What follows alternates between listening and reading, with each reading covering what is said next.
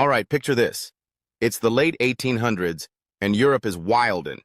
Nations are scrambling, literally scrambling for Africa, but not because they love the vibes or the scenery. Nope, they're in it for the land, the resources, and the clout. This chaotic land grab was called the Scramble for Africa, and it set the stage for one of the most controversial meetups in history, the Berlin Conference of 1884 to 85. So how did we even get here? Let's break it down. Part 1. What even is imperialism? Imperialism is when one country flexes on others by taking their land, resources, or people to boost its own power. Think of it like a toxic, "I'll take what's yours and call it mine" relationship. By the late 19th century, European nations were in full imperialism mode, and here's why. Money moves. Africa was like a treasure chest. Gold, diamonds, rubber, you name it.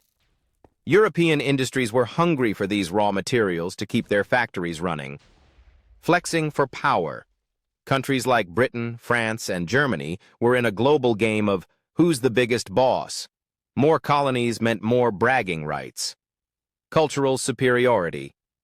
Here comes the cringe. Europeans justified their land grabbing with the idea of the white man's burden, basically saying, "We're here to civilize you." Spoiler, they weren't. This land rush? It was messy. Nations claimed territory without a second thought about the people already living there. Part 2. The Scramble for Africa. From 1870 to 1914, European powers straight up divided almost all of Africa. This scramble for Africa wasn't just about grabbing land, it was fueled by tech and medicine from the Industrial Revolution. Big tech energy. Steamboats and railroads let Europeans roll deep into Africa's interior. And weapons like the Maxim gun, aka the OG machine gun, gave them a massive edge in battles. Malaria problem? Solved. Quinine was like the cheat code for surviving malaria, letting Europeans explore places they'd previously avoided. Prestige points. Planting your flag on new land? Instant status boost in the European power rankings. Of course, this scramble wasn't just Europeans vibing peacefully. There were rival claims and constant drama, and African leaders were straight up excluded from the conversation. Enter the Berlin Conference. Part 3. The Berlin Conference, 1884 to 85. Here's the tea. By 1884, things got so chaotic that German Chancellor Otto von Bismarck called a meeting. The vibe? A bunch of European leaders sitting around a table, slicing up Africa like it was pizza, without inviting a single African to the party. Here's what went down. The whole point was to stop European nations from fighting each other while they colonized Africa. They agreed that you couldn't just claim land, you had to prove you could control it. Oh, and they wanted free trade along rivers like the Congo and Niger. Fast forward to 1914. 90% of Africa was under European control. The lines they drew? Completely random.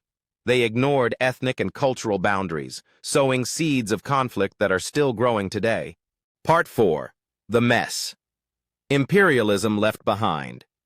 Sure, imperialism brought some infrastructure like railroads and telegraphs, but let's not sugarcoat this. The cost was brutal.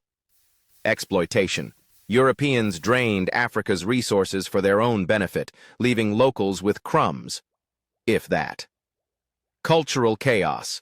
Traditional African societies were upended, and colonial rule replaced local governance.